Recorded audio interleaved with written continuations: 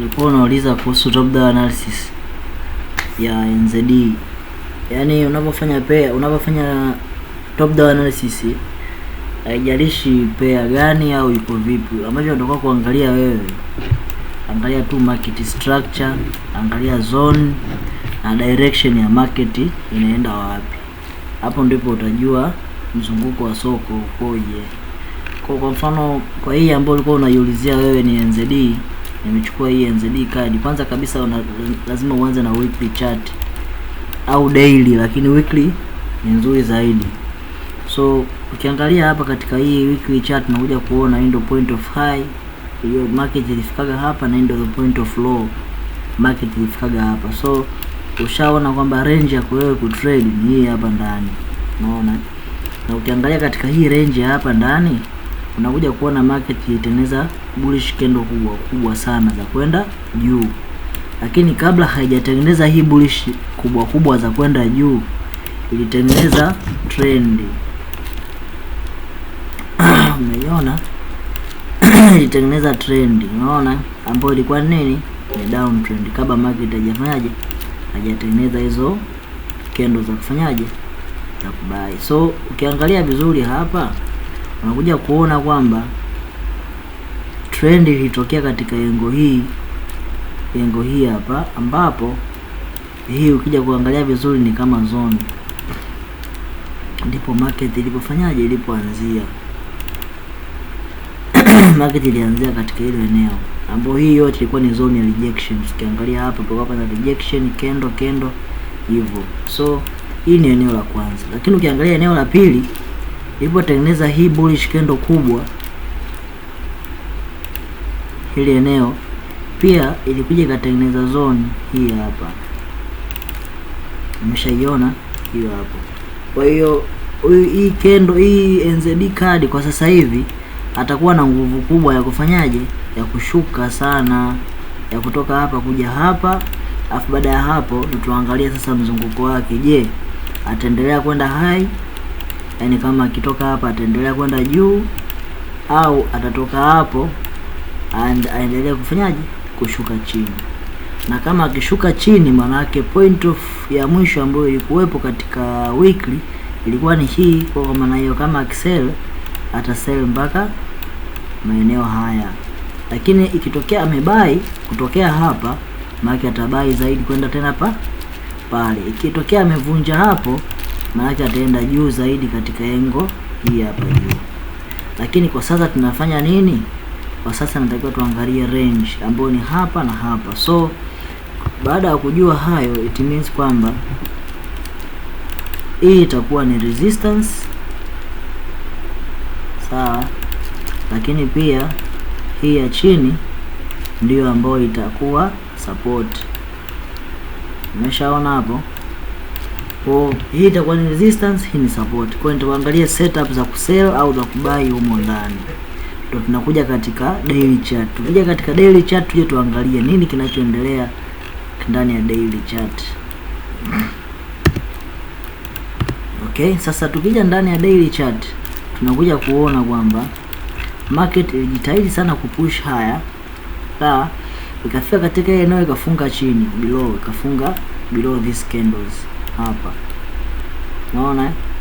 Ilipofunga below these areas, maana yake hii correction ya kurudi ilikuwa ni correction ya nini, ya pullback, ambayo ilikuwa inarudi katika angle of nini, au naweza kumark kwa candle nyingine hapa, ilikuwa inarudi katika maeneo haya hapa.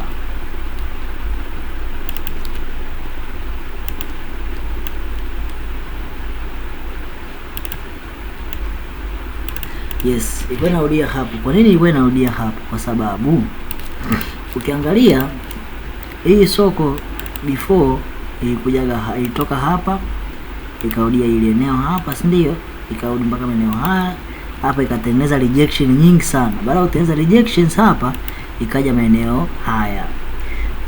Baada ya kutoka hapo juu ikasell, right? Ikaja kufunga the lower low hapa chini. Maana yake tayari imeshafanyaje? Change trend. Kwa baada ya kuchange trend, kwa tunasubiri pullback ya hii market kurudi katika hili eneo hili Kwa ndo ile eneo ambayo market imerudia, kwa tuna expect selling setup mpaka wapi? Mpaka chini. Ushafahamu? Ambapo hapo sasa katika ile eneo juu ya hizi candle ndio kwa kuna entry. Sasa ukija katika 4 hour utaelewa kwa nini entry ilikuwa maeneo haya. So ukija kuangalia hapa utakuwa pana touch ya kwanza, touch ya pili, market ka break ikafanya correction kurudi pale juu. Katika correction ya pale juu ukiangalia vizuri unaona hizi wicks hapa. Hizi nifanye hivi hapa. Nifanye hivi. Unaona kwamba hii ndio ilikuwa kichwa, head, hii ilikuwa head, shoulder ilikuwa humu ndani. Kwa this was the point of nini?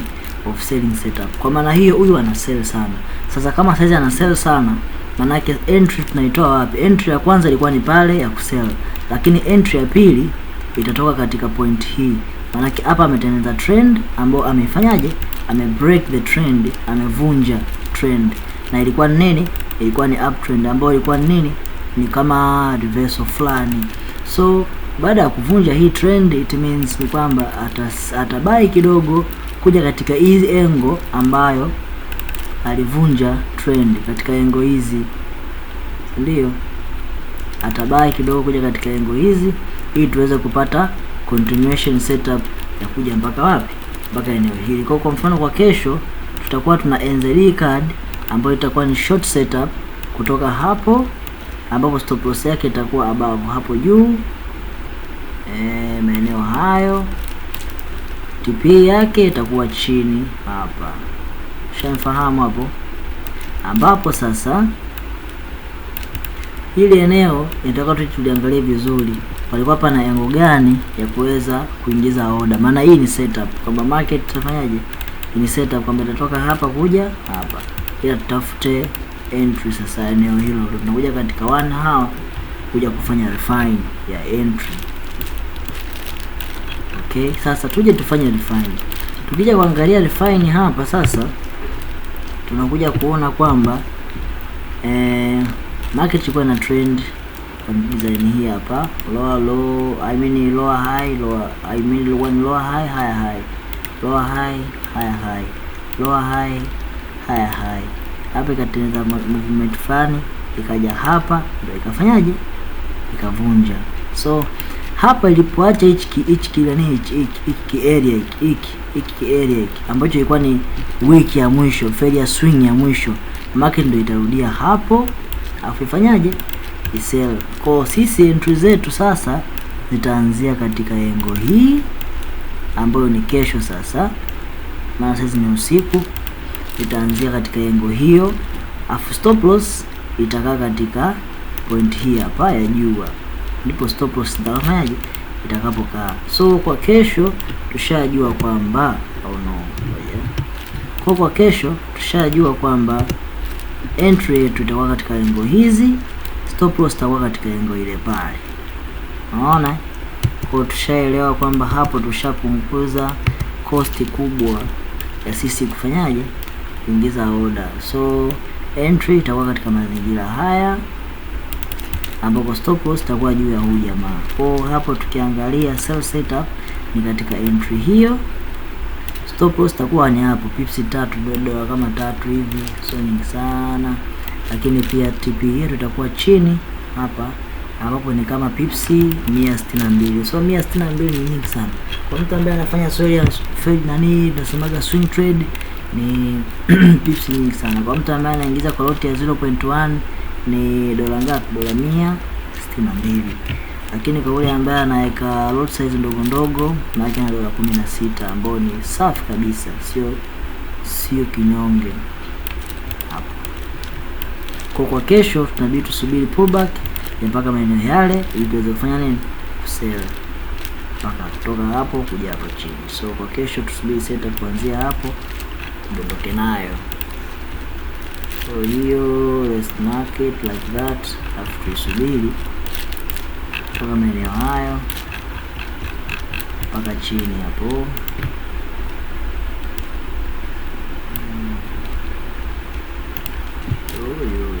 Hapo